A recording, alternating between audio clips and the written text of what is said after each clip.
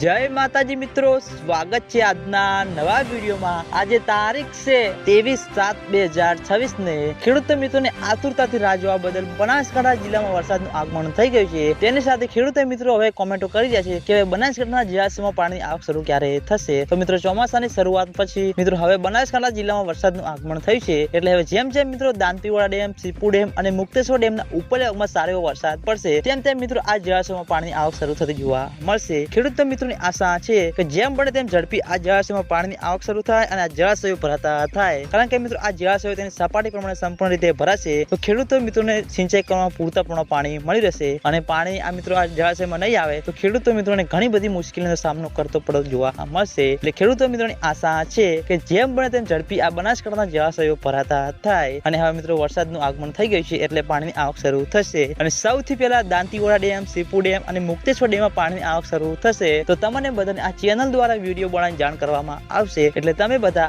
અમારી ચેનલ ઉપર નવા હોય તો વિડીયોને લાઈક કરી દેજો, કોમેન્ટ કરી દેજો અને ચેનલને સબસ્ક્રાઇબ પણ કરી દેજો। તો મિત્રો જય માતાજી।